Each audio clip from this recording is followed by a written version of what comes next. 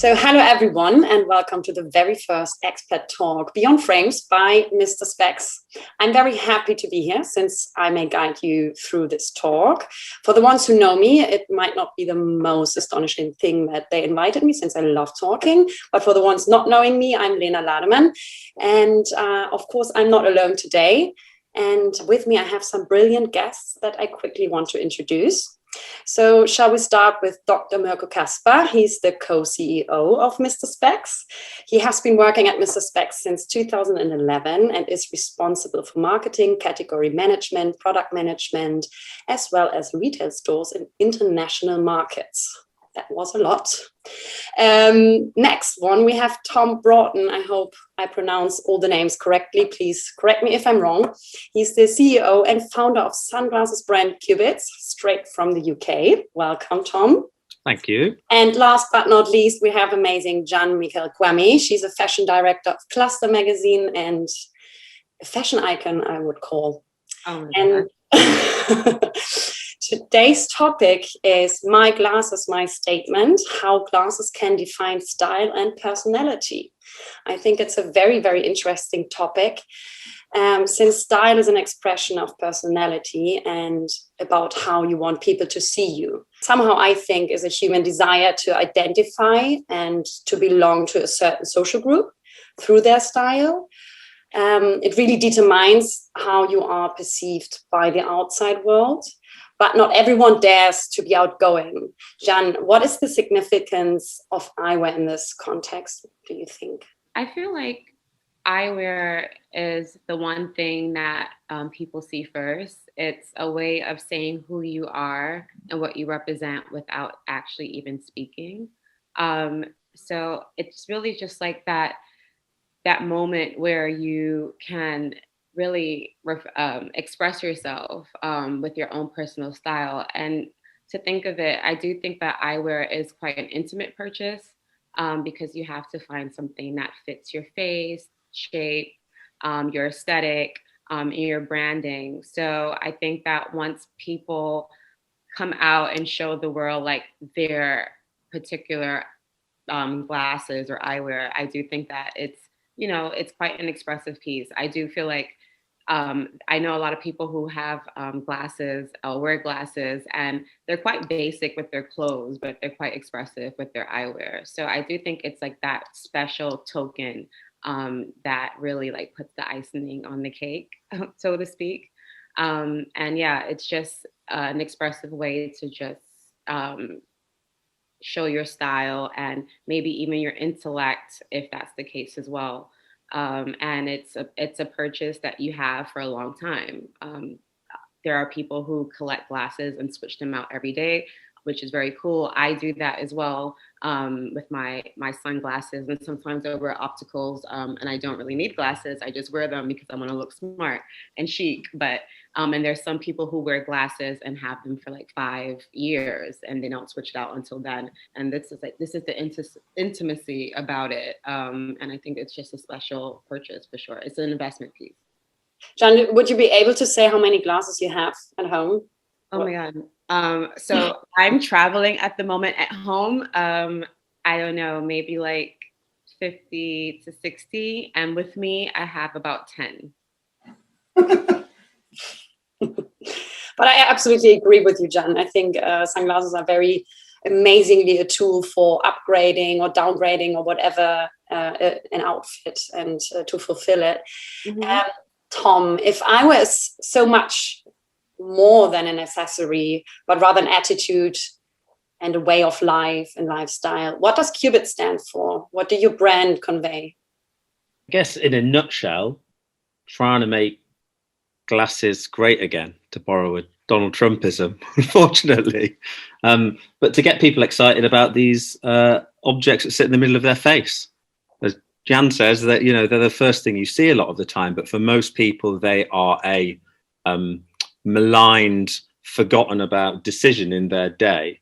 And that doesn't seem right. Doesn't seem right for a whole bunch of reasons. One, because it's you presenting yourself in the world. Two, because it's you having to see and use them as medical clinical devices.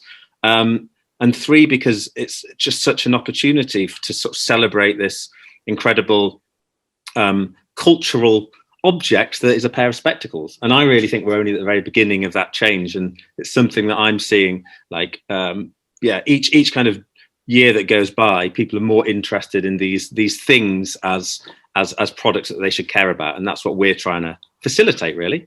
But do you see a change that, like, glasses in general, sunglasses involved, become much more a trend than in the last couple of years? 100%. I honestly think it's escalating. I think the idea that, I mean, we've been going for 7 years, and you know, when I first really started getting into the industry, probably 10 years ago, speaking to everybody and saying, well, you can do all these designs, you can choose these colors, but just remember, everyone's going to buy a black rectangular frame. And that was a decade ago now, and now I think black is one of our lowest selling colors, and that is in, whatever that is, less than half a generation. So I think in 10, 15 years time, I honestly think spectacles, sorry, I'm British, so I'll use that term, can play a similar role, a similar cultural role that things like trainers or watches now play. You know, watches by definition, right? You know, they were there to tell the time for a long period of time. Trainers were there if you wanted to jog or training, and yet they have blossomed to become these really rich, vibrant industries where you've got big players and small players, and tapped into culture and music and status. And I really think eyewear can play the same role, and we're just at the very, very, very nascent start of that. Yeah, I agree. And I'm looking forward for everything to be involved in that term. Mirko, how do you see your role as a retailer here? Besides Cubitts, there are more than 100 brands to choose from at Mister Spex, I guess. How does everyone find their personal style and the glasses that suit them? Well, we've heard really from Jan and from Tom that it's a special piece of fashion. If you want, it's probably the most intimate and personal piece of fashion that you could have. And if you look at how eyewear was purchased traditionally in the industry, you were a bit at the mercy of the perceived expert, and he was framing you, so to say, if you want, right? And does that help you to find how you want to look, what, you know, to get the confidence of that is right for you? I don't think that's right. I mean, I don't think you should have the control, and you should own the process of really finding that intimate piece that you really like. And it could be several intimate pieces, but it's important that you are in control. So we are all about that ease, empowering the customers, anywhere, anytime, no friction, all services for free, price transparency, so you can completely relax and start engaging with the product. And if you need help, obviously there's someone there. But if not, you can order 4 frames to your home for free. You could try them on any device. You're completely device agnostic, any mobile phone, any desktop, whatever. If some influencer recommends a piece, you can just try it out virtually. So all those tools and services we want to deliver. And naturally, we want to also bring the exciting new brands that have a story to tell and a mission and a purpose, like Tom's Cubitts, right? And obviously that's what we also do. But what we are at the core is giving the people the control to find that intimate piece on their own terms. I really like that answer, to have a focus on the individuality in terms of choosing products that fit to you, which is very an individual matter. But I think, and I want to start a little conversation, so please just throw in whatever you think, just participate, all of us, because I think the debate about like personal style that supposedly means individuality is very, very interesting, because we live in a world where trends are being set by brands, and they set the styles and the tone for trends, and then people think they might be very individual in choosing, but somehow it's delivered by the brands, right? And they tell you that you urgently need that kind of style and this new trend. And so, yeah, that's a huge factor, I think. So how do you think like personal individuality in terms of style still exists, in opposite that brands really deliver trends and styles and people really want to belong to that certain group? What do you think? I think that it comes with people just being completely independent of like what the industry says. You definitely have people who are anti-fashion, and within that, it kind of like becomes a trend in itself. And I think that's my angle when it comes to fashion as well. I don't like when people tell me what to do and what to wear, because that's not properly curated or customized for myself. So like I was telling Tom, because I spotted that cat eye behind him, because that's really my shade. Like most of my glasses are cat eyes, and my sunglasses as well. And no one, not I can't say no one, but people aren't really looking for cat eyes at the moment. But I know that, I still look for them. And I feel like when you really know who you are and know what your aesthetic is, and you're true to that branding for your personal branding, it doesn't really matter what the trends are. You just kind of like do your own thing because it fits you and it looks good on you regardless. So yeah, it's just being a bit anti, which is always a bit cool, I think. I like the fact that you can go like with anything. If you look back in time, it'll normally give you like pointers for the future, right? Yeah. And if you go back to I guess the history of eyewear, spectacles, as we know here, in the 1700s, they were literally the most individual product you could have, right? That every single frame was made for you, but made specifically for how you live your life, right? If you were a barrister who did a lot of upfront reading, you'd have little round eyes that would sit further down your nose. If you went shooting pheasants on your estate in Scotland at the weekend, you'd have a big wide lens with high pantoscopic field. And then over time, it got more and more, standardized up until the point where, in this country in the latter half of the 20th century, the National Health Service spectacles there were 7 styles that were worn by the entire country. So it went from fully individual into completely standardized. And I actually now we're moving into this new phase where people are seeing it much more as an expression of their individuality and personality, rather than necessarily who you want to be, rather than who you are or what your vocation is. And like I said before, I think we're only just at the very, very start of that. And the industry is, I guess, playing catch up to the changes in people's expectations and behaviors and desires.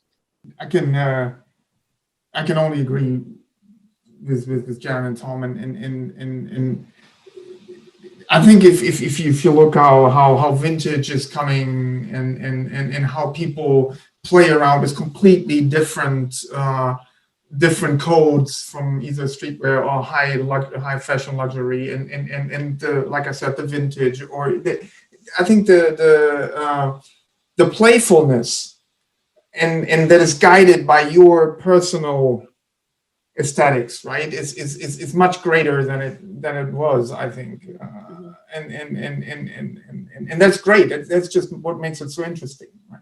I absolutely agree. I think it's nice also because of the globalization that we can purchase so many different styles and products, that it's a good thing that we can all express ourselves. Although we might be affected by certain trends that might not be as individual as we might maybe think sometimes, but I think it's a great thing that we can be so free in choosing whoever we want to be whenever.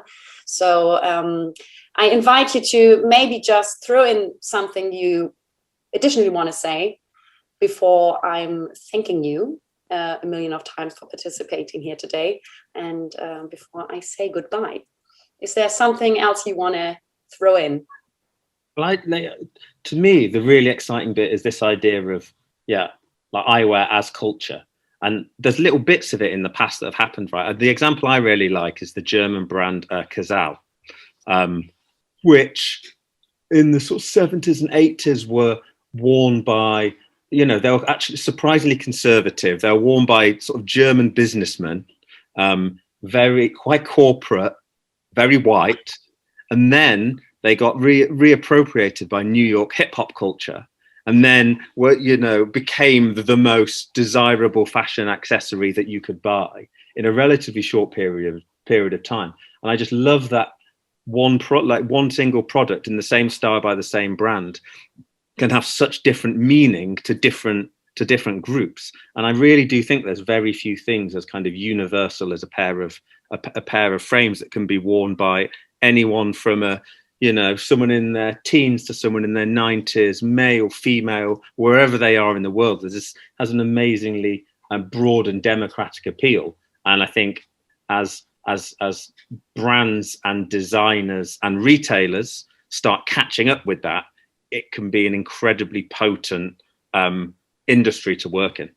I think one more thing that I could add is and that's coming back to what you said, Lena. The globalization. Yes, there are the big fashion brands that are across the globe, but there's also, through the digitization, there's those direct to consumer brands or those new brands that pop up, right? And if you listen to Tom, that has that cultural drive, right, with eyewear, and it's a you do all your stuff handmade yourself, you produce your frames, and then those brands pop up as well, and they pop up with momentum, right? And because they have the means and the tools, so it's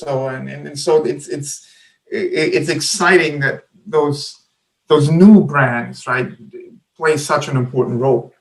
And I think the industry of like eyewear optics is really exciting because, it's just such a heritage product that was built out of necessity. And now it's necessity and fashion, because a lot of the times people don't even really need glasses.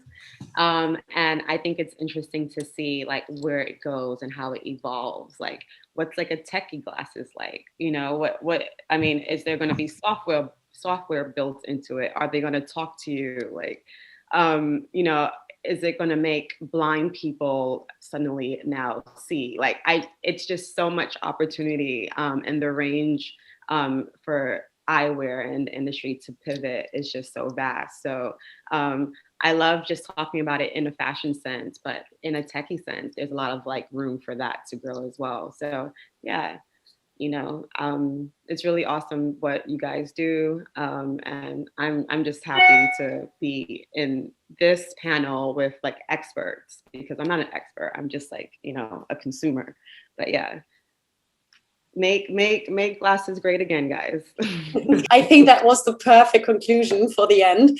I'm very, very thankful that you all participated. Thank you so much. And yes, thank you, Tom and Mirko, for pushing us to express ourselves. And I'm happy to see what's coming up.